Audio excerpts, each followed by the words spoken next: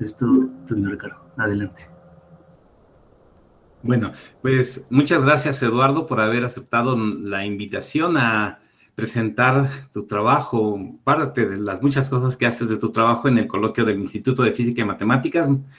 Gracias a todos los que están conectados para escuchar este coloquio. Y bueno, voy a presentar brevemente al doctor Eduardo Ramos, que es un investigador titular en el Instituto de Energías Renovables de la Universidad Nacional Autónoma de México, allá en Temixco, en el estado de Morelos. Es miembro del Sistema Nacional de Investigadores en el nivel 3. Él se graduó de físico en la Facultad de Ciencias de la UNAM y después viajó al Reino Unido para hacer su doctorado en mecánica de fluidos en la Universidad de Manchester. Sus intereses profesionales incluyen el análisis teórico y experimental de la mecánica de fluidos y la transferencia de calor, específicamente el estudio de la convección natural, la dinámica de gotas y de burbujas, también flujos magnetohidrodinámicos y la interacción entre un sólido y un fluido en condiciones similares a las que se encuentran en el aprovechamiento de la energía eólica.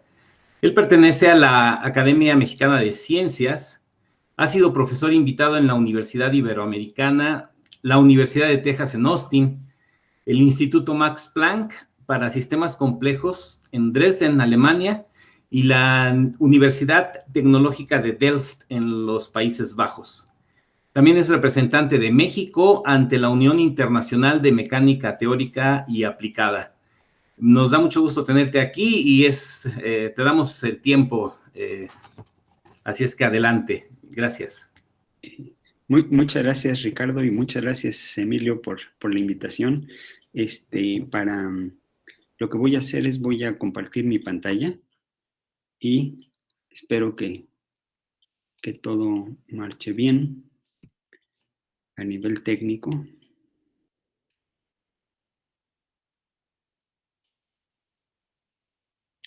Están viendo mi pantalla, ¿cierto? Sí. Vemos muy bien tu pantalla. Y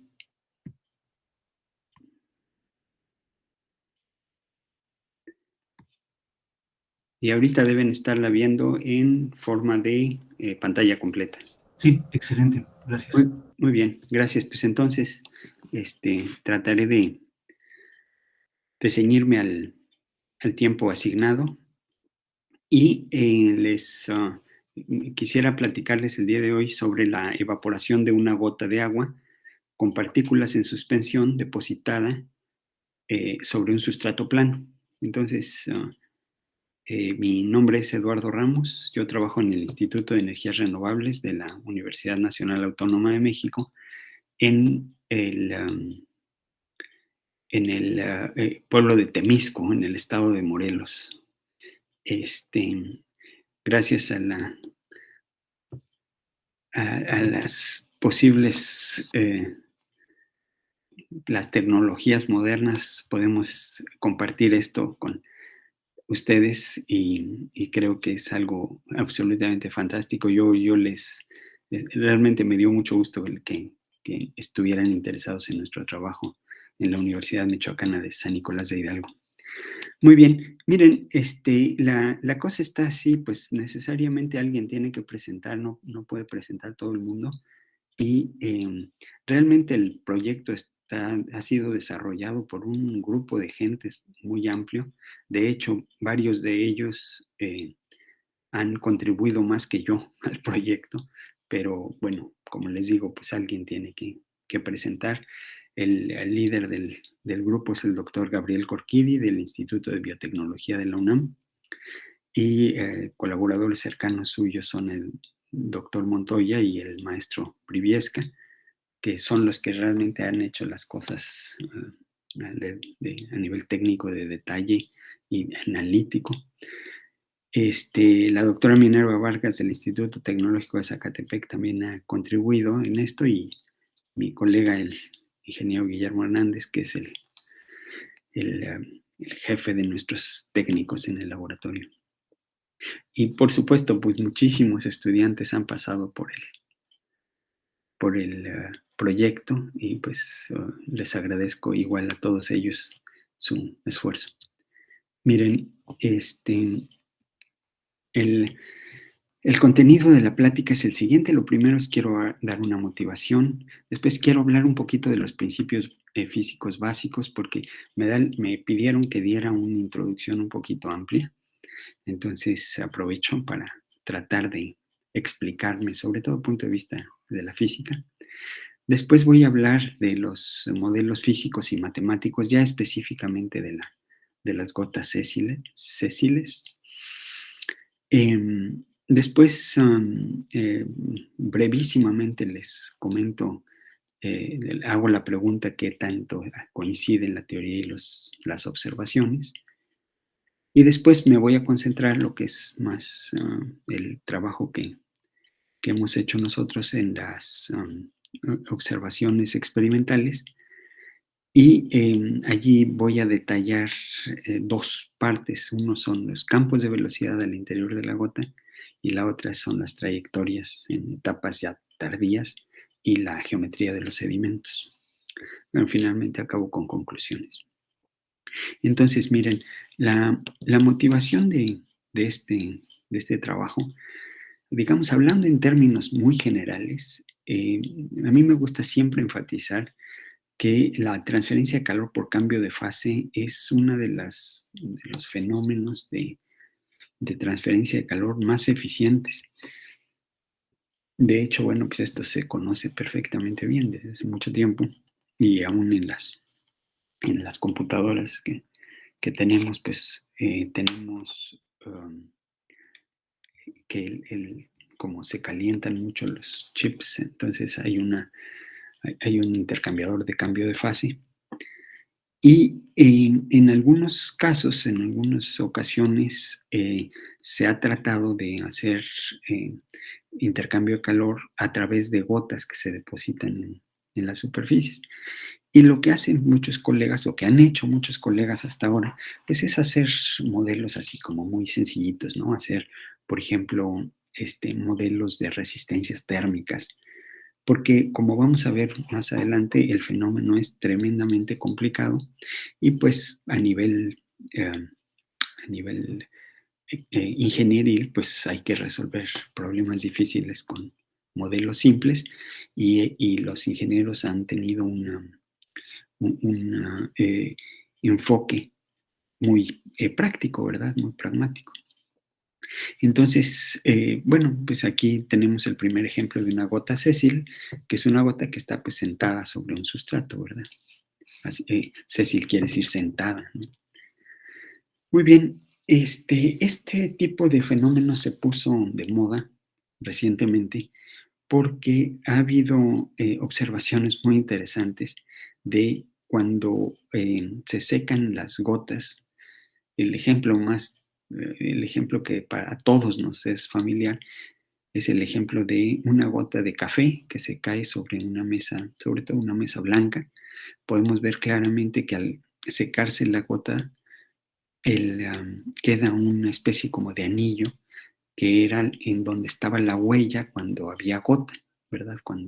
Y a le llaman el anillo de café o la mancha de café. Y la gente se preguntaba por qué es que se formaba este anillo. En otras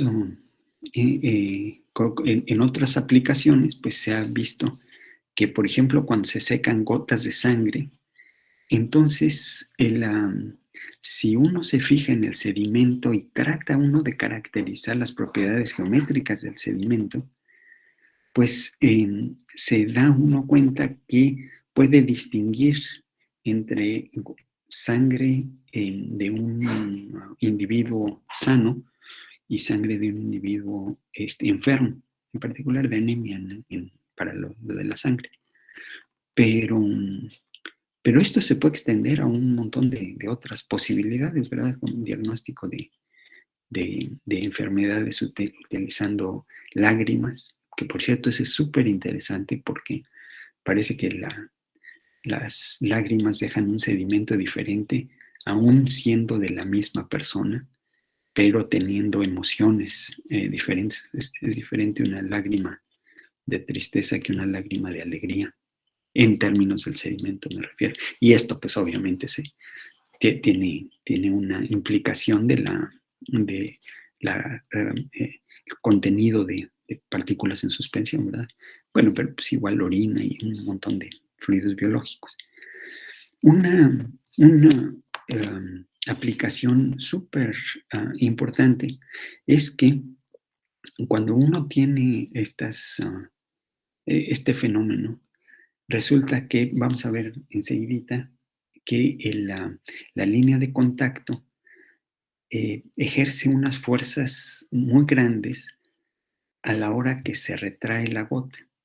Y esto ha sido usado de manera así como de primera intención para manipular moléculas. Por ejemplo, moléculas estilo DNA o nanotubos de carbón que tienen una razón de espectro muy, muy grande, o sea, son mucho más largas que anchas. Se ha visto que en la línea de contacto parece ser que las moléculas se extienden. Entonces, bueno, esto es una especie de manipulador mecánico de moléculas largas. Entonces, también por eso ha despertado interés. Y desde mi personal punto de vista, las aplicaciones anteriores pues, son de los colegas del Instituto de Biotecnología. Desde mi personal punto de vista, a mí me interesa porque se hacen celdas solares con nanotubos de carbono, y para manipular los nanotubos de carbono, pues este sería una alternativa. Permítanme, antes de entrar realmente al tema de la presentación, recordarles a ustedes son físicos, entonces esto es algo que conocen perfectamente, pero pues para homogeneizar la información se los comento nuevamente. Cuando nosotros tenemos dos fases de un material en equilibrio termodinámico, me interesa en particular agua líquida y agua en vapor. Entonces tenemos pues que hay una condición muy específica en el plano de temperatura, en el espacio de temperatura, vapor, presión, y esta condición de coexistencia, de equilibrio termodinámico, se llama la curva de coexistencia, ¿verdad? En donde el líquido y el vapor pueden coexistir en equilibrio termodinámico. Y se sabe, pues, que en esa línea, pues, hay una relación muy cercana entre la presión de vapor y la temperatura. La temperatura, pues en este caso, digamos, sería del líquido en general. Esto es la ecuación de Clausius-Clapeyron, que se conoce desde más de 150 años. Lo que nos interesa a nosotros aquí es que el vapor, bueno, pues tiene depende específicamente de la temperatura. Tiene una relación muy, muy simple con la temperatura. La densidad del vapor se puede conectar de manera muy simple con la temperatura. Entonces, déjenme pasar rápidamente a otra pieza de información histórica. Si ustedes tienen una gota esférica en un medio infinito, muchísimas simetrías se pueden aplicar.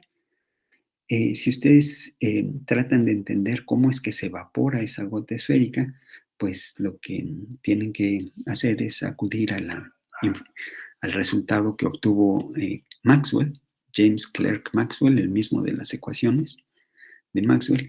Le pidieron que escribiera un artículo en la Enciclopedia Británica de 1877 ellos estaban, que querían meter este artículo para la teoría del termómetro de bulbo húmedo, y a Maxwell, pues que, como ustedes saben, tenía una capacidad, un poder de intuición y de análisis extraordinario, pues dijo, pues ¿qué les parece si de una vez invento la teoría de difusión de la evaporación de las gotas? Y dijo, bueno, las gotas realmente se evaporan porque la presión de vapor en la superficie de la gota es mayor que la presión de vapor al infinito. Y como tengo digamos, suponiendo que tengo dos gases ideales, entonces la presión de vapor cerquita de la gota va a difundirse en el medio infinito para tratar de homogeneizar la concentración o la densidad del vapor. Y entonces esto pues yo lo puedo resolver con una ley de Fick, ¿verdad? Que en estado permanente, o sea, si no hay cambios con respecto al tiempo, pues esto se convierte en el laplaciano de la concentración igual a cero. Si tengo tantas simetrías como se encuentran cuando tiene uno una gota esférica, entonces pues podemos resolver la concentración de la gota sencillamente a través de es esencialmente una ecuación de segundo grado, ¿verdad? Las condiciones de frontera serían la concentración de saturación. Saturación quiere decir que está en equilibrio termodinámico. El vapor está en equilibrio termodinámico con la presión de vapor de la densidad que está en equilibrio termodinámico con el vapor de la superficie de la gota. Entonces, pues esto se puede resolver sin mayor problema. Y si nosotros definimos el flujo de vapor de agua como la derivada de la concentración con respecto pues de la dirección normal, que en este caso es la dirección radial, y la D es la difusión de vapor en el medio, que es el aire, de acuerdo a la ley de Fick, ¿no? Este es estilo, es como la ley de Fourier, pero para difusión de vapor. Pues entonces podemos calcular, porque conocemos la concentración, y así también nosotros podemos saber cuál es la cantidad de masa que se pierde cuando tenemos una cierta área, ¿verdad? Y un cierto flujo. Podemos saber cuál es la cantidad de masa que pierde la gota. Eso es lo que hizo este Maxwell, y encontró la relación muy conocida, que es la velocidad a la que la gota pierde masa es proporcional al radio de la gota y a la diferencia de concentraciones entre la superficie de la gota y la concentración al infinito, la concentración muy lejos. Entonces, esta es una ley que se conoce muy bien, en el sentido que es un modelo que está basado en los principios básicos de física y recargado en todas estas simetrías. Entonces, vamos ahora a tratar de llevar nuestro tema hacia qué es lo que pasa con una gota sésil. Como les decía yo, una gota sésil es una gota que se sienta sobre una superficie. ¿Y cuál es la forma de la gota cuando está sentada sobre una superficie? Bueno, pues esencialmente va a venir dada por la ley de Young-Laplace, que relaciona pues la geometría, ¿verdad? Los radios de curvatura con la presión que hay externa y la fuerza de gravedad. Entonces, lo que vemos es que para un cierto material se puede definir de manera natural una cierta longitud característica, que es la tensión superficial entre la densidad del líquido y la fuerza de gravedad. Y si nosotros tenemos que para nuestro material específico la razón entre, pues esencialmente propiedades de la gota y de la gravedad, dividida entre tensión superficial es menor que 1, se llama el número de Bond. Entonces las gotas van a tener una forma de sección esférica.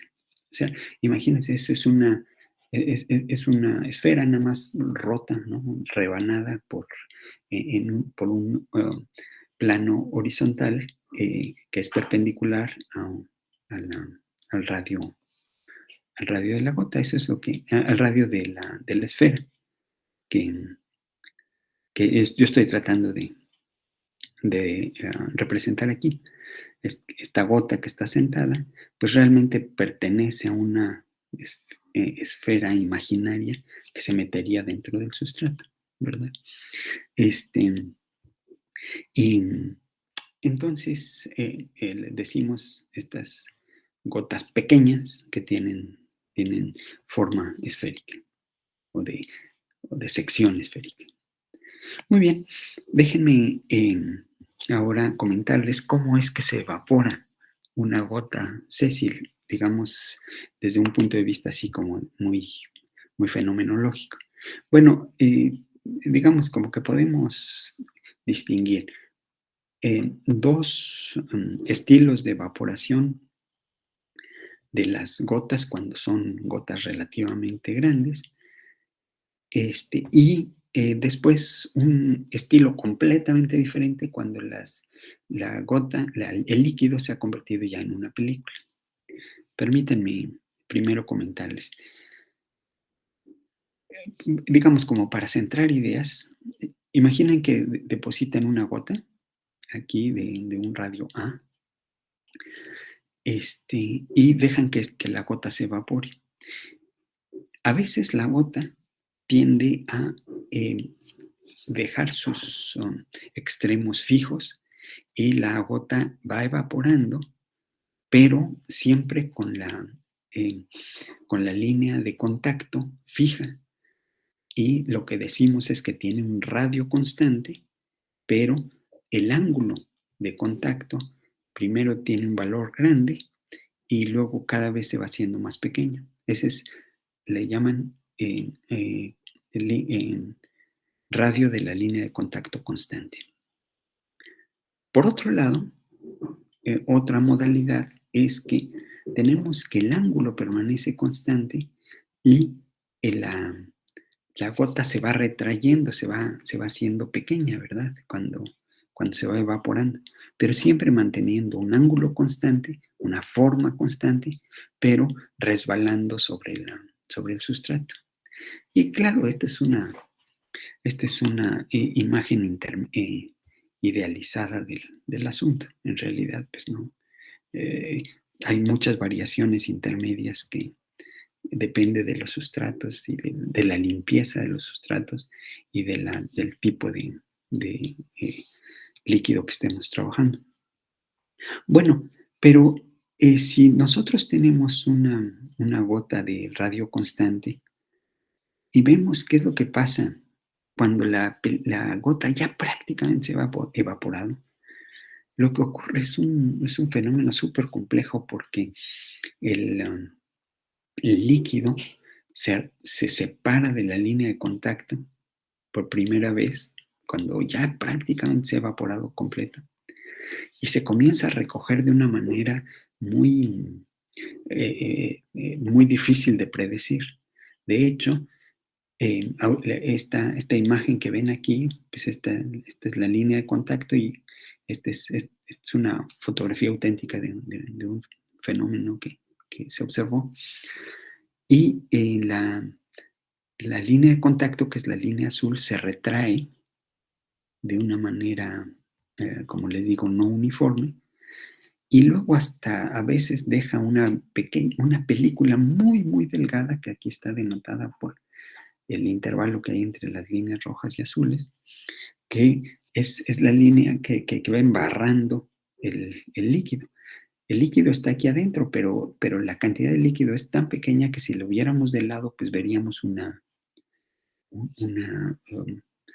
como superficie plana de algunos micrones. Entonces, digamos, esta es la imagen así como cualitativa de qué es lo que va a pasar, nosotros nos vamos a concentrar en este tipo de fenómeno en donde la línea de contacto permanece fija y vamos a tratar de trabajar un poco, de hacer algunas observaciones cuando se tiene cuando ya al mero final la gota se retrae. Entonces, miren, déjenme ver un poquito más las cosas a nivel ya más a detalle. Déjenme pensar déjenme describirles los modelos físicos y matemáticos de la evaporación de una gota. Entonces, como les decía yo, pues la gota, nuestro tema de trabajo es una superficie de una sección esférica en donde hay un cierto flujo de vapor que sale de aquí, y vamos a suponer ahorita que el flujo de vapor se lleva a cabo por causa de difusión. El flujo de masa, perdón, se lleva a cabo por difusión, igualito que lo que propuso Maxwell, nada más que aquí pues no tenemos las simetrías que él estaba discutiendo. Entonces, lo que se ha hecho, lo que la gente ha hecho, es resolver esta misma ecuación, nada más que ahora con estas condiciones de frontera. Las condiciones de frontera estilo Maxwell pues son las que tenemos acá en esta parte lejos, pero ahora tenemos una condición de frontera adicional que nos dice que la línea en donde que nos denota la separación entre la gota y el sustrato, pues es una especie de línea de simetría en donde nosotros, para hacer un modelo teórico del fenómeno de evaporación, pues podríamos tratar de resolver esta ecuación en coordenadas adecuadas que nos permitan tener pues una expresión analítica. Bueno, esto se puede hacer, si ustedes gustan, yo con gusto les paso las referencias. Se utilizan coordenadas toroidales, que son coordenadas, son dos toros que se unen, y es terriblemente complicado, laborioso sobre todo. Lo que salen son unas funciones de Legendre muy sofisticadas, y total, uno acaba con el flujo que hay en el exterior de la gota, ¿verdad? Nada más aquí como detalle interesante, dado que este es un modelo simétrico, ¿verdad? Entonces, en la línea de contacto tiene una derivada discontinua y consiguientemente el flujo de masa es se va a infinito en este punto. En el resto es finito, se puede determinar. Entonces, el flujo al exterior de la gota es conocido. Lo que hace la gente, pues estilo ingenieros, pues si no estamos interesados en el flujo al interior, pues lo que hacemos es utilizar expresiones aproximadas para este tipo de flujo de masa, y así evitamos estar batallando con los modelos complejos de soluciones, ecuaciones diferenciales en coordenadas raras, ¿no? En coordenadas complejas. Entonces, lo que ha hecho la gente, por ejemplo, ha encontrado el tiempo de evaporación de una gota Cecil, utilizando, como les digo, pues hay unas trampas, aproximaciones para no estar con tanta dificultad a la hora de hacer los cálculos. Entonces, miren, por ejemplo, aquí les muestro, este es el perfil de la gota.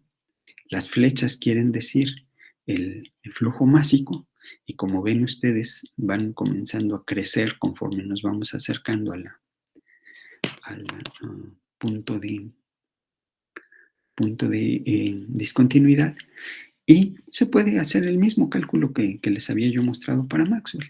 Nada más que ahora lo que se tiene es que el flujo de masa, pues queda una expresión que se parece muchísimo a la expresión de Maxwell, ¿verdad? Que tienen aquí a la izquierda, pero con un ajuste.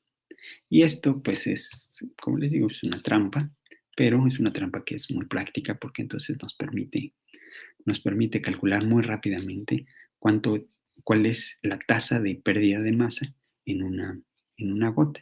Recuerden ustedes, estamos discutiendo ahorita el flujo al exterior, ¿verdad? También se han hecho modelos de qué es lo que pasa con el flujo en el interior de la gota. Y para esto se utiliza una aproximación, teoría de lubricación, en donde se hacen modelos de ciertos fenómenos para dejar otros fenómenos a ser calculados de manera más a detalle. Por ejemplo, se conoce o se puede conocer, si ustedes agarraran y tuvieran las ecuaciones de Navier-Stokes y las supieran resolver en este flujo tridimensional dependiente del tiempo, pues ya hubiéramos acabado. Pero como, en primer lugar, nadie sabe cómo resolver las ecuaciones de Navier-Stokes en estas condiciones. Y en segundo lugar, aunque lo pudiéramos resolver, sería tan complejo que no vale la pena. Entonces, estos modelos sencillitos pues, nos ayudan un montón. Por ejemplo, pues sabemos cuánto va a reducir la altura de la gota como función de la posición y del tiempo.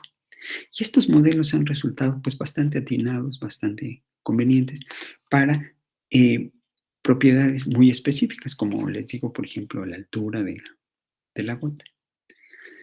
Otro modelo que también se ha discutido con mucho detalle es qué pasa con la velocidad de el fluido que está dentro de la gota cuando queremos saber solamente su comportamiento cerca del sustrato y queremos saber también su comportamiento cerca de el tiempo en el que está prácticamente ya al final de la evaporación. Pues ustedes pueden encontrar en la literatura este tipo de expresiones que nos predice con mucha cercanía las observaciones experimentales. En este paper de Marin y en Physical Review Letters se tienen las observaciones experimentales, aquí todas en los puntos rojos, y la predicción que pues es muy, muy cercana. La línea azul es esta expresión. Entonces, bueno, eso se conoce bien. Y finalmente quiero comentarles respecto de un modelo que nos predice ya todo el comportamiento del flujo alrededor de la gota, pero en este modelo lo que digamos, hay como dos posibilidades, dos modalidades. La física es la siguiente. De acuerdo a lo que platicamos de la evaporación o de la transferencia de masa de la gota hacia el exterior, tenemos que cerca de la línea de contacto, la transferencia de masa es mucho más intensa. Recuerdan ustedes que en la mera línea de contacto es infinito, pero bueno, ese es un punto. Y además físicamente, pues eso no tiene sentido, pero cerca, en las zonas muy pegadas al sustrato, la transferencia de masa es muy intensa. Y si nosotros hacemos un modelo que copiamos el modelo de Hu y Larson en el que se tiene este modelo físico en donde la pérdida de masa se lleva a cabo mayormente cerca de la línea de contacto, pues entonces tenemos que, digamos, las líneas de corriente tendrían esta forma, ¿verdad? Toda la masa va cayendo, se va colapsando sobre el sustrato y escapando por la línea de contacto. El campo de velocidades pues tendría esta forma, ¿verdad? Todas las velocidades van rumbo a alimentar la fuga que se tiene cerca de la línea de contacto. Este es el campo de velocidades correspondiente a este campo de líneas de corriente. Sin embargo, hay otro fenómeno que se puede meter dentro del modelo físico, que es que consiste en lo siguiente. Imagínense que a la hora de estar evaporando la gota, hay una reducción de la temperatura de la gota. Entonces, si ustedes hacen un modelo de la distribución de temperaturas en el interior de la gota, se van a dar cuenta que la gota, el punto más frío de la gota está en el mero tope. Y entonces hay un gradiente de temperaturas a lo largo de la frontera, y esto genera un gradiente en la tensión superficial. El gradiente en la tensión superficial, hagan de cuenta que hace que la superficie se deslice y converge en la parte superior. Ese sería el efecto. Este fenómeno se llama el efecto Marangoni, en donde a causa de un gradiente de temperaturas y que la tensión superficial tenga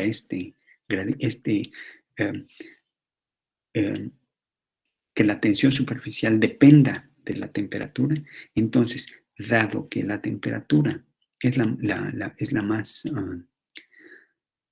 la temperatura más fría se encuentra aquí, entonces se desplazaría la superficie libre hacia arriba, y el flujo que se observaría sería este, en donde tenemos un flujo que va a alimentar la fuga, pero en cierto punto regresa a causa del resbalamiento de la superficie libre. ¿Hay coincidencia entre la teoría y el experimento? Miren, hay coincidencia local, pero no hay suficiente información experimental para asegurar si la coincidencia existe en todo el campo, en todo el volumen y para todos los tiempos. Entonces, digamos, nosotros tratamos de hacer una contribución en esta dirección, y lo que se hizo fue en un dispositivo construido por el doctor Corkidi en el Instituto de Biotecnología, que está compuesto esencialmente por un microscopio óptico invertido, en donde el objetivo del microscopio, que aquí se representa por este pequeño, por este cuadrito, se desplaza hacia arriba y hacia abajo a una alta velocidad. Y entonces, si nosotros ponemos el microscopio es invertido, nosotros ponemos la gota aquí, sentada sobre este sustrato, que este sustrato es transparente, entonces lo que vamos a ver es, vamos a mirar el interior de la gota a diferentes alturas, porque el objetivo está desplazándose hacia arriba y hacia abajo en la dirección vertical, y la profundidad de campo del objetivo es muy, muy pequeña, es como del orden de 3 micrones por ahí, y entonces llevamos nuestro plano de enfoque hacia arriba y hacia abajo dentro de la gota. Por cierto, el maestro Briviesca, que nos está escuchando ahorita, fue el primer autor de un artículo sobre este tema en el Review of Scientific Instruments. Entonces, bueno, lo que se tiene ahorita, permítanme describir un poquito más a detalle, pues lo que tengo son planos de enfoque, y en estos planos de enfoque, si la gota tiene partículas en suspensión, podemos nosotros extraer información sobre la dinámica, sobre el movimiento de las partículas en estos planos. Pero también nosotros podemos, utilizando técnicas ópticas, que es utilizando esencialmente la información que viene sobre el desenfoque de las partículas, entonces también podemos nosotros rastrear las partículas en el interior de la gota. Como les digo, fue un dispositivo ideado y construido por el doctor Jorquidi y con la participación del doctor Montoya, que también es el coautor en todos estos trabajos. Muy bien, entonces miren, ¿qué es la gota que vamos a ver? Bueno, son gotas muy, muy pequeñas que déjenme nada más ahorita así a nivel de para que tengan idea de los órdenes de magnitud. Estamos hablando de un radio de 350 micrones y una altura de como de 180 micrones. O sea, es una gota que es más pequeña que la cabeza de un alfiler y se va a ver con el microscopio pues, que tiene una capacidad de resolver esas distancias sin ningún problema. Nuestros trazadores van a ser esferas de poliestireno de un micrón de diámetro. Lo primero que se hizo en un trabajo anterior es que se midió, se trató de ver si las gotas se evaporaban a la velocidad que decía el modelo sencillo, y efectivamente sí hay una coincidencia bastante razonable entre la propuesta de Ho y Larson y las observaciones que se hicieron solamente para ver la velocidad de evaporación. Entonces, ok, desde ese punto de vista hay cierta confianza en que la teoría está prediciendo los experimentos. Pero vamos ahora a la parte más interesante, que es el interior de la gota.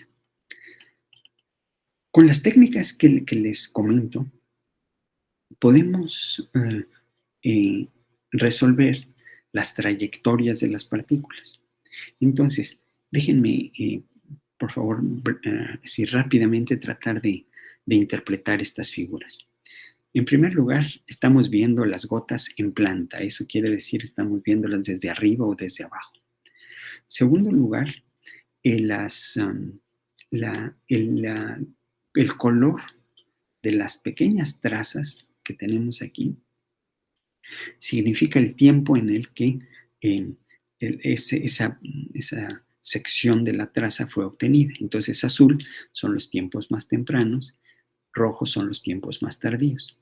Cuando nosotros vemos a la gota desde la parte superior, entonces vemos que las partículas, vamos a decir, caen, y habíamos dicho que la gota colapsa, dejando unas trazas relativamente pequeñas, vistas desde arriba. Visto desde arriba, lo que se ve es como que las partículas vayan cayendo, imaginen como si estuvieran lloviendo. Sin embargo, si nosotros vemos lo mismo, pero desde la vista inferior, acuérdense que ahorita ya tenemos todo, ya tenemos toda la información a nuestra disposición. Entonces, lo que vamos a ver es una imagen completamente diferente. Aquí tenemos el tiempo temprano, 140, y el tiempo tardío, 210, temprano azul, tardío rojo. Y entonces lo que vemos es que las gotas, los trazadores caminan en la dirección radial, y mayormente los trazadores que están cerca de la frontera caminan hacia la línea de contacto. Una conclusión muy importante de esto es que, bueno, el flujo pues obviamente tiene tiene una fenomenología compleja en el interior, pero tiene una simetría radial, aproximada, obviamente, ¿no? Si nosotros tomamos cualquiera de las líneas que pasen por el centro de la gota, va a tener un comportamiento parecido a cualquiera otra. Y esto nos lo indica tanto la vista superior, menos enfático, pero como la vista inferior, gracias a las partículas que están cerca de la superficie, que caminan más rápido y muestran más claramente el comportamiento. Muy bien.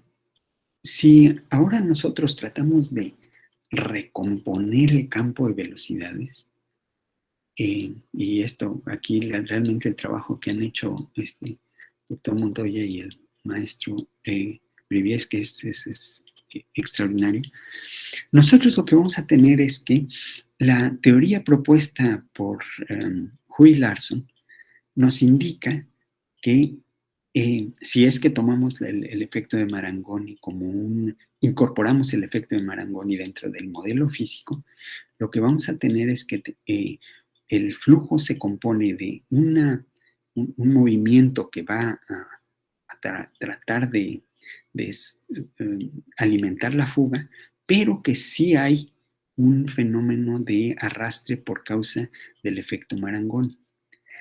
En el experimento, pues obviamente los valores no son tan limpios como en la teoría, pero también vemos que tenemos este fenómeno de alimentación a la fuga más arrastre por causa de la superficie de contacto. Y esto ocurre para tiempos, digamos, no muy tempranos, porque la mejor resolución la tenemos más o menos a tiempos medios, pero podemos observar que desde un punto de vista cualitativo, el incorporar el efecto de Marangoni nos permite predecir el tipo de flujo que se está dando dentro de la gota. Entonces, bueno, estos resultados nos permitieron comenzar a tratar de empatar la teoría que nos permite entender con resultados suficientemente detallados como para que nos permita interpretar, afirmar o negar la teoría. Hasta aquí las cosas están bien. Tenemos una coincidencia cualitativa en los patrones de movimiento. Entonces, como les decía yo, pues efectivamente el flujo de Marangoni debe ser incorporado en los modelos. Es interesante ver que las distribuciones que dan las velocidades, que nos predicen las velocidades, son de tipo cuadrático. Eso pues es un poco una sorpresa para nosotros. Pero parece que trabajan muy bien. Y otra cosa que también es muy importante que no enfaticé es que la teoría es cuasi estática. Eso quiere decir que el flujo se mueve como el flujo al interior se mueve como si no hubiera efecto del colapso de la gota. Bien, pues estos son... comparación cualitativa es muy favorable, pero la comparación cuantitativa no lo es. Para sacar estos resultados, tuvimos que hacer una trampa. El número de Marangoni, que es el que nos dice qué tanto importa el fenómeno del resbalamiento de la superficie libre, nos da, en la teoría es de 40 y en el experimento es de 845, es un factor de 20. Pues esto, pues obviamente debía haber puesto aquí, es como un orden de magnitud, un factor de 20.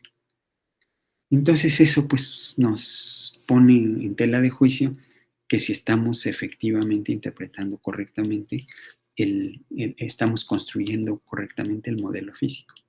Y bueno, esta es una pregunta que no hemos podido responder a la fecha. Otras cosas que también hemos encontrado con estas observaciones es que la posición radial inicial y final de las partículas nos permite inferir, ¿no? Nosotros tenemos esta información y nos permite inferir las partículas que se quedan en el sedimento. Tenemos la posición final, bueno, radial al menos, de dónde partieron, en dónde estaban originalmente. Y lo que vemos es que algunas de las partículas que tenían en su posición inicial muy cercana al sustrato, que son las azulitas, y las que estaban muy lejos en la posición radial, allí se quedaron. O sea, esas se mantienen ahí. Pero hay otras que tienen una posición inicial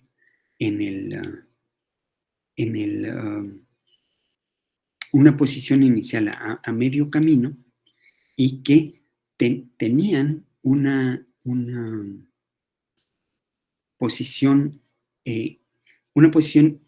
inicial a tiempos, en alturas grandes, tienen una posición final más o menos a esa misma altura. Eso quiere decir como que se cayeron, como que llovieron. Y esto, pues, es el principio de nuestra interpretación para tratar de adivinar va a ser la forma del sustrato. Permítanme, este es el último tema, pero veo que se me acabaron mis 50 minutos. No sé si pudiera yo tomar 5 minutos de... Sí, por favor, Eduardo, continúa. Muy bien. Entonces, miren, permítanme describir muy rápidamente la fenomenología de la formación de los sedimentos. Permítanme mostrarles a ustedes la información sobre distribución en planta de la distribución de partículas. Esto es lo que tenemos aquí en la parte, en la línea superior. Entonces, esto, a este nivel, ya no tenemos gota, ya tenemos una película que está todavía fija a la línea de contacto, una película con, pues, más partículas en el interior que en la zona exterior y un anillo de concentración grande. Por eso se ve también oscuro. Entonces, lo que queremos ver es cómo se recoge en la película. Entonces, como les decía, pues este fenómeno es mucho más complejo y a la hora de irse recogiendo, aquí el líquido es este que está aquí adentro, es este que está aquí adentro, este que está en el centro, y aquí ya totalmente desapareció el líquido. Miren, aquí estamos haciendo una trampa porque esta gota tiene una densidad de partículas mucho mayor que la que teníamos en la descripción anterior, por causa de que si ponemos más partículas para el experimento anterior, entonces ya no vamos a ser capaces de determinar el campo de velocidades, y si ponemos menos partículas en este experimento, no vamos a poder determinar la forma del sedimento. Nuestro objetivo es tratar de entender cuál es la forma del sedimento una vez que se evapora totalmente la partícula. Entonces, miren, lo que se observó es que dos cosas importantes. La primera es que daba la impresión de que había dos tipos de acumulación de sedimentos. Unos que son, como hagan de cuenta, tangenciales, y otros que son más bien como radiales. Si nosotros hacemos un histograma de el ángulo que tienen estos líneas de sedimento con respecto de la dirección radial, llamémosle alfa, entonces vamos a ver que el histograma tiene una distribución, digamos, prácticamente bimodal, que son efectivamente los que tienen una distribución radial al ángulo 0 o una distribución tangencial al ángulo pi sobre 2. Entonces, sabemos que esta es una sobresimplificación, pero déjenme ahorita trabajar con esta sobresimplificación. Déjenme poner mi atención en uno de estos segmentos que son tipo tangencial, ¿verdad? Que son, que se parecen más a la línea de contacto, en contraste con los que se parecen más al radio, que serían este o este. Esta imagen, bueno, estas dos imágenes, esta es una amplificación de esta. Estas dos imágenes son imágenes sobrepuestas, y estas líneas que ven aquí son las líneas de cómo se va retrayendo el líquido. Entonces, lo que descubrimos aquí es que a la hora de verlo, lo que estamos descubriendo aquí a la hora de verlo, es que los sedimentos se forman de manera diferente en la parte externa que en la parte interna. En la parte externa pareciera que la línea de contacto viene retrayéndose paralela a esta zona de sedimento. Mientras que una vez que la zona de sedimento ya se forma, el líquido trata de escapar, pero está, vamos a decirlo así, atrapado, y entonces va caminando de una manera mucho más tortuosa, más lentamente, sobre esta zona que está ya atrapada por los sedimentos tangenciales. Entonces, bueno, pues esto nos ayuda un poquito a ir conformando un modelo físico del fenómeno. Si nosotros damos una imagen completa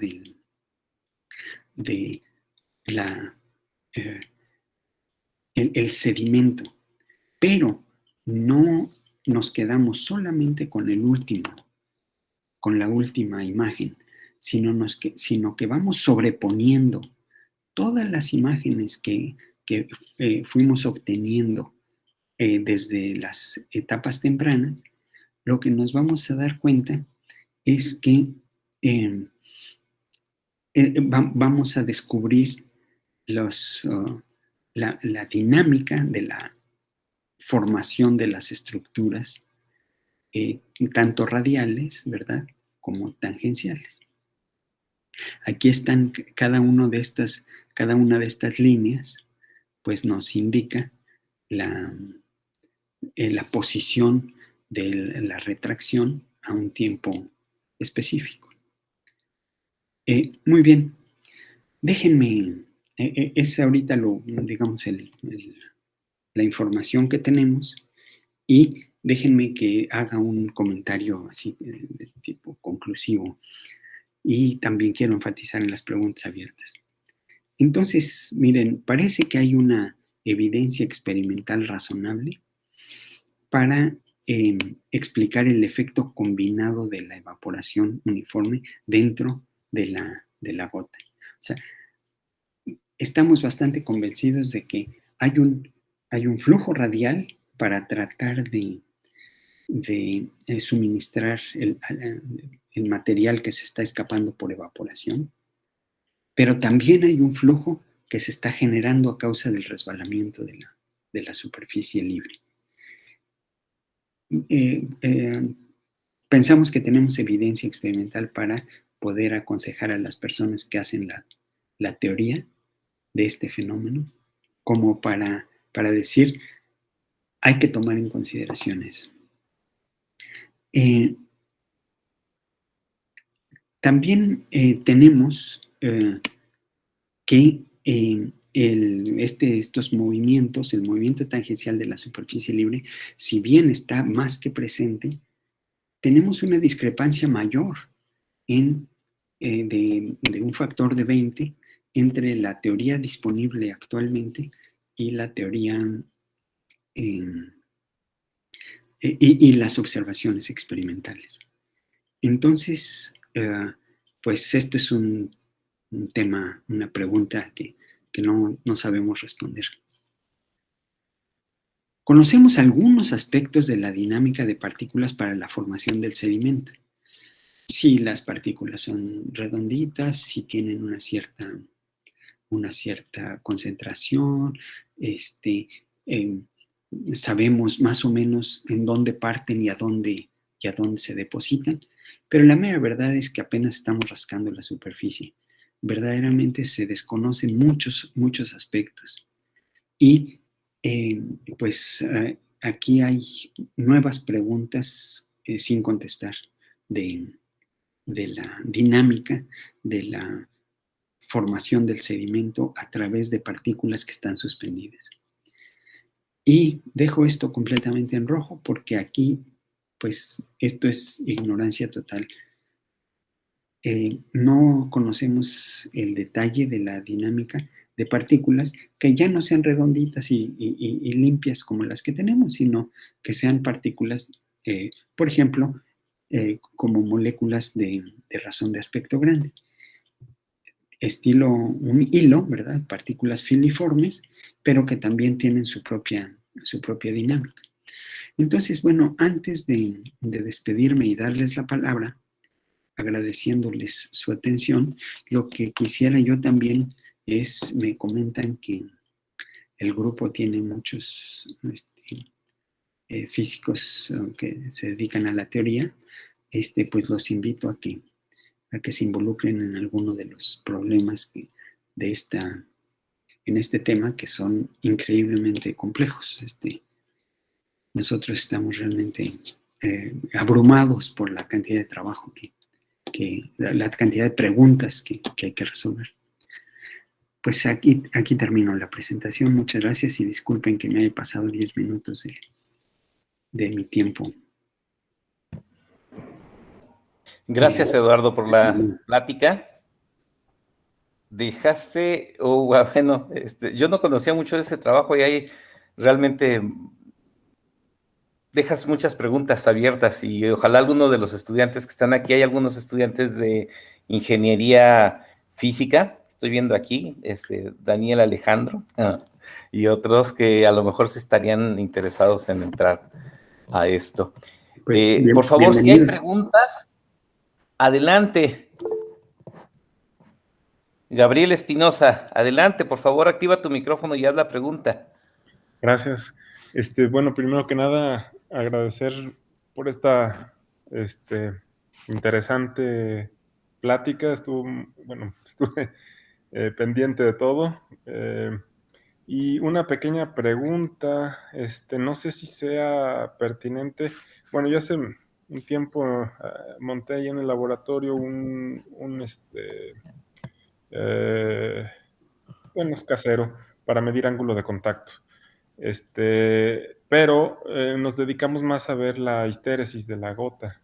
Entonces, y bueno, aunque lo pusiéramos sobre wafers de silicio extremadamente limpios con ozono y todo, veíamos este efecto del anclaje de la gota, ¿no? Uh-huh. Entonces, creo que parte, no sé si sea pertinente, pues, esta parte en donde las partículas por efecto Marangoni se están yendo hacia la línea de contacto, estén formando precisamente esta especie de histéresis o algún efecto que haga que formen, bueno, o no, que formen estas especies de figuras que veíamos al final cuando se iban retrayendo. O sea, no sé si sea conveniente, pues, ver ese efecto, o bueno, los modelos estos de Cassie Baxter y Wenzel, para la gota Fakir y la gota, o sea, la que está rellenando todos estos huequitos que se están formando en esta película. Sí, mira, lo primero que tengo que aclarar es que los modelos que discutí y los modelos que están disponibles en la actualidad son modelos para fluidos homogéneos. Son modelos en donde interacción de las partículas es cero, es ignorada totalmente, ¿no? Entonces, si estamos interesados en la formación del sedimento, pues tenemos que trabajarle mucho a la interacción de las partículas con el sedimento. Yo creo, por la experiencia de las observaciones, que la dinámica cuando las gotas están apenas en su proceso de evaporación temprano, no es tan importante. Realmente lo importante es al mero final. Ahora, esto es en los ejemplos específicos que hemos explorado. Esto que tú comentas de las gotas que se resbalan, pues es otro mundo, ¿no? Este es otro fenómeno físico interesantísimo y que pues es otro, pues no sé, otros 2 proyectos o 3 proyectos doctorales, ¿no? Sí, es mucho trabajo. Mucho trabajo. He visto que gente hace estudia el efecto del ángulo de avance y de retroceso precisamente para ver ese efecto, pues la histéresis es realmente la que importa, Sí. ¿no? Pero como tú dices, el sustrato es absolutamente crucial, sí. Y debes tener muchísimo cuidado con la limpieza, y luego a veces hasta te piden que sean monocristalinos. Bueno, es mucho más difícil, ¿no? Sí. Bueno, pues esa es mi pregunta. Muchísimas gracias. Gracias por tu... Francisco Javier Domínguez, gracias a ti por el tiempo. Sí, ya se tuvo que ir. Mota, ¿alguna otra pregunta?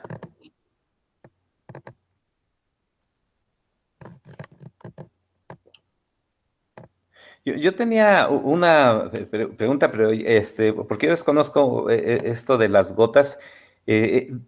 ¿Cuál es la superficie donde asientas las gotitas? ¿Cómo son? O sea, el sustrato es un pedazo de vidrio, ¿no? Es un de estos como portaobjetos.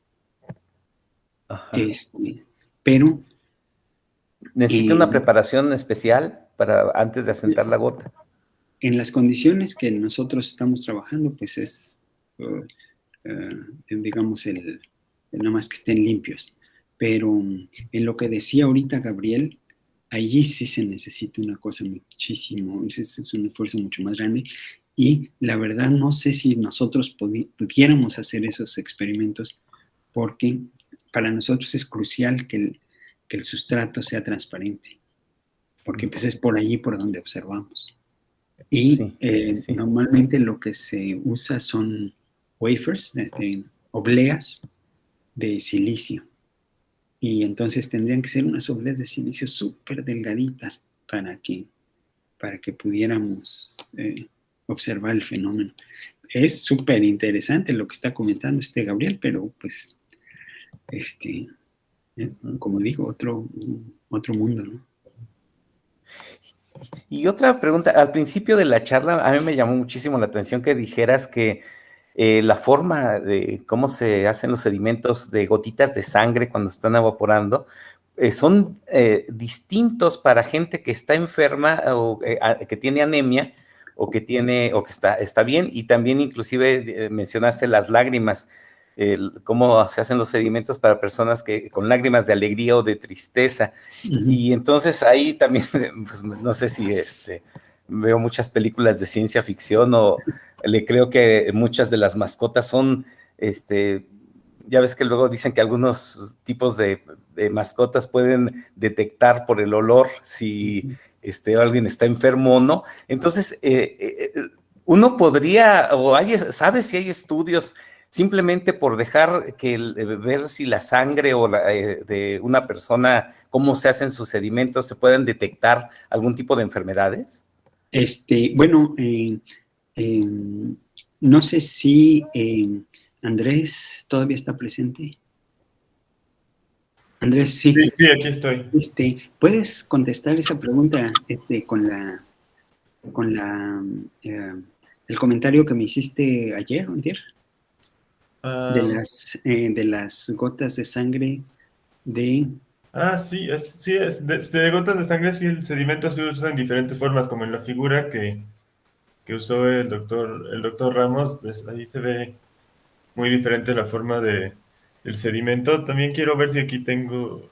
También hay otras para diagnosticar una enfermedad que se llama ictericia, y todo depende de cómo queda el sedimento al final de la evaporación. Déjenme ver si aquí lo tengo. Sí, en lo que lo buscas, puedo comentar que el equipo francés que hizo este estudio en sangre, inclusive generó una patente para poder hacer estos análisis y comercializarlo. Entonces, esta aplicación en sangre es de las primeras que ha salido y que ya tiene una aplicación bastante amplia. Y pues también se ha hecho con orina y con pues diferentes fluidos que pues cada uno tiene sus particularidades, ¿no? Entonces es un campo pues muy interesante, ¿no? De investigación biomédica. Si me permiten compartir mi pantalla un momentito para mostrarles claro.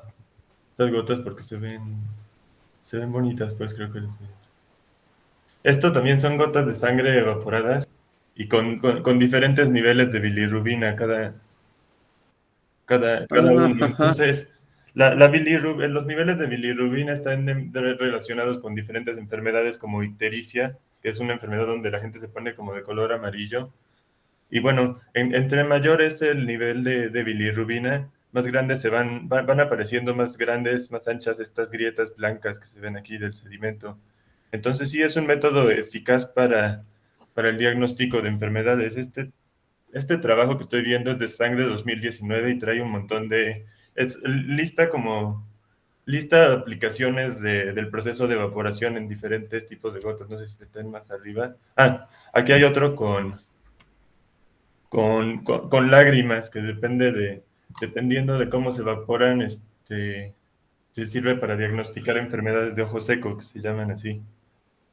Entonces sí hay muchas, como comentaban el doctor Corquidi y el doctor Ramos, hay muchas aplicaciones de diagnóstico con diferentes tipos con diferentes tipos de fluidos, con lágrimas, con saliva, con orina, con sangre. Hay muchos. Este trabajo recapitula varias. Si les interesa esa parte, se llama Evaporation of a Droplet from Physics to Applications. Ajá. No me lo quites, le voy a sacar una foto porque Claro. Me parece súper interesante. Claro, voy a regresar acá arriba. Sí, el título y ¿Sabes qué? Pues mándaselo, ¿no? Sí, me envías, por favor. Y es que mencionaste ahorita de ojos secos. Ahorita con la pandemia y que estamos mucho tiempo aquí en la pantalla, uno de los problemas que estás suscitando es que si estamos en la pantalla generalmente tenemos los ojos siempre más abiertos, no parpadeamos tanto y está ocasionando, según tengo entendido, porque yo lo estoy sufriendo, ojos secos. Entonces supongo que con si estoy entendiendo bien, también con cómo se hacen los sedimentos de las lágrimas, ¿se puede detectar esta afectación de los ojos? Sí, incluso se correlaciona con eso, con el tiempo de uso de uso de pantallas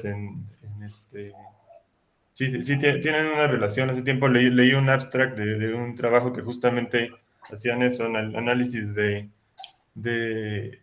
diagnóstico a través de lágrimas y pues relacionándolo con el tiempo de uso de pantallas.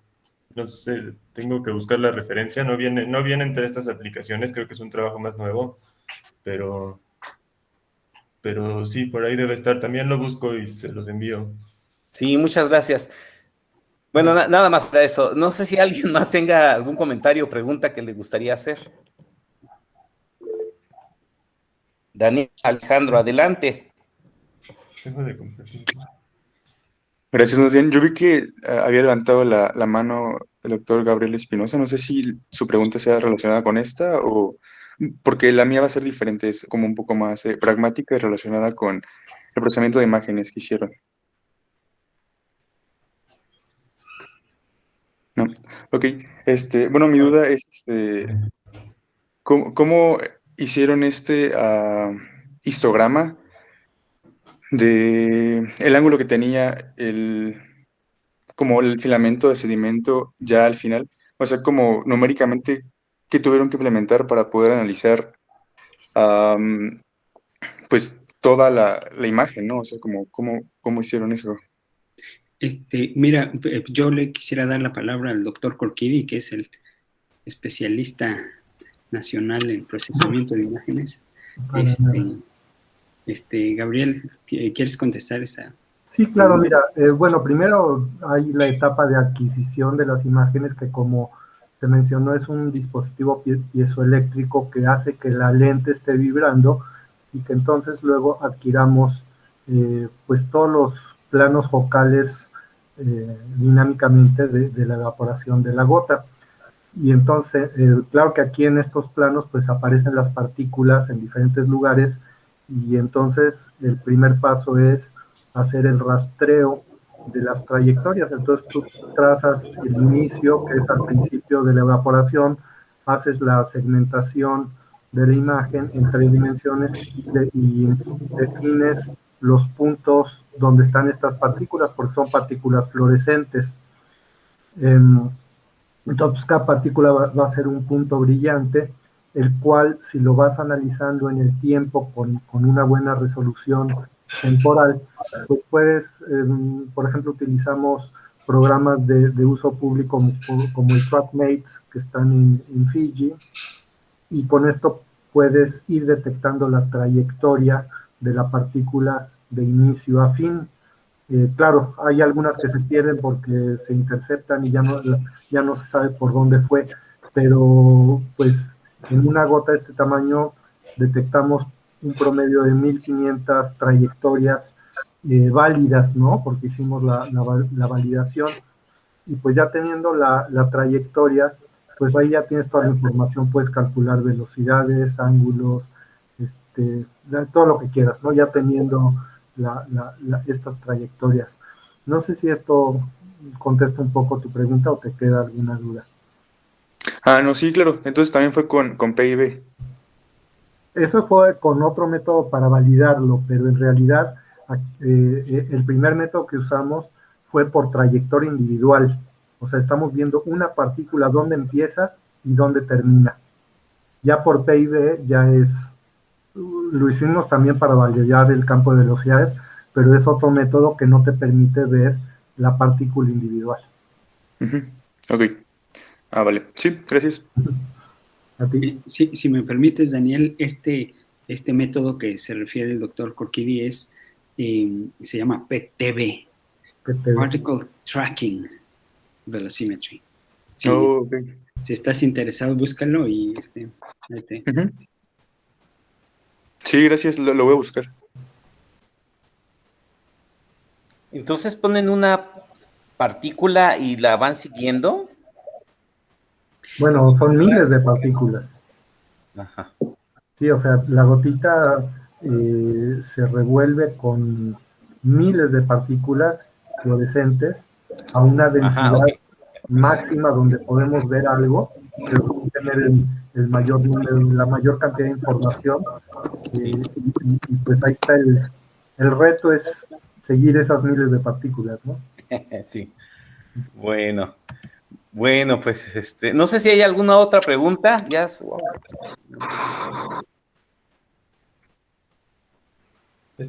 les compartí por chat la parte, el artículo de las aplicaciones, el enlace de Science Direct en el que está publicado. Muchas gracias. Estoy buscando el otro de las lágrimas y no lo alcanzo a encontrar ahorita, pues se lo mando, le pido después al doctor Ramos que se los envíe. Sí, ya lo abrí. Muchas gracias.